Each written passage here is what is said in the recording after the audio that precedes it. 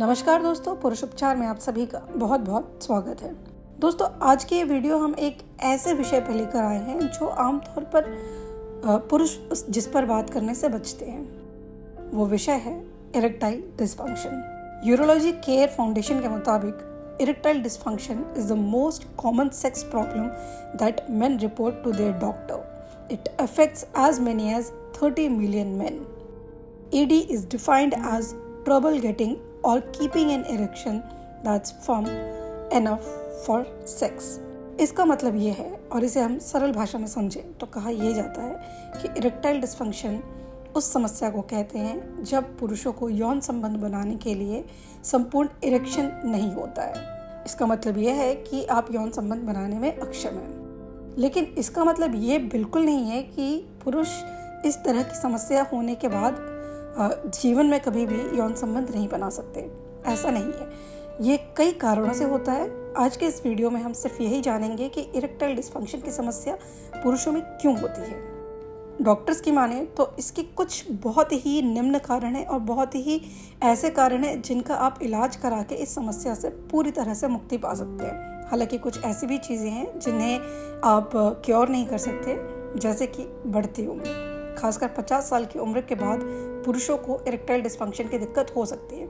जाहिर सी बात है, इसका कारण यही है कि जब आपकी उम्र बढ़ जाती है तो एक समय के बाद आपके हार्मोन्स और आपकी बॉडी जो है उसकी ना इम्यून पावर उतनी रह जाती है और ना ही हार्मोन्स इतने एक्टिव रह जाते हैं, जिस वजह से ये दिक्कत होती है।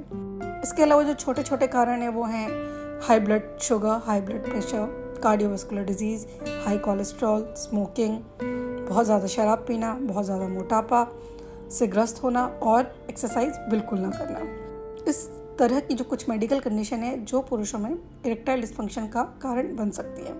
वहीं यूरोलॉजी केयर फाउंडेशन ये भी कहता है कि कुछ फिजिकल कॉजेज भी होते हैं इरेक्टाइल डिसफंक्शन के। जैसे अगर पुरुषों को अपने गुप्तांग में पर्याप्त ब्लड फ्लो ना हो तो ऐसी समस्या हो सकती है।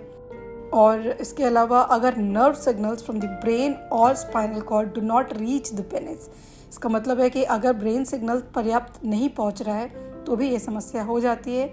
और डायबिटीज़ में भी इस तरह की समस्या अक्सर होती है, क्योंकि डायबिटीज़ नर्व्स को डैमेज कर देता है और जब नर्व्स डैमेज हो जाती है तो इसकी वजह से ब्लड फ्लो बाधित होता है और जिस वजह से पुरुषों में इरेक्शन की कमी आ जाती है। इसके अलावा डॉक्टर्स ये भी कहते हैं कि अगर पुरुष लंबे समय से किसी दवा पर निर्भर हैं तो उसका कहीं ना कहीं नेगेटिव इम्पैक्ट ओवरऑल हेल्थ पर पड़ता है और इसका एक प्रॉब्लम जो है आपको इरेक्टाइल डिसफंक्शन में भी देखने को मिलती है। हाँ, डॉक्टर ये भी कहते हैं और यूरोलॉजी केयर फाउंडेशन में ये प्रकाशित भी है कि कुछ इमोशनल कॉज भी होते हैं ईडी के लिए। इनमें जो कुछ मुख्य हैं उनका हम जिक्र कर देते हैं, जैसे डिप्रेशन, एंग्जाइटी, और अगर किसी का अपने पार्टनर के साथ अच्छा संबंध नहीं है तो भी ये समस्या हो सकती है।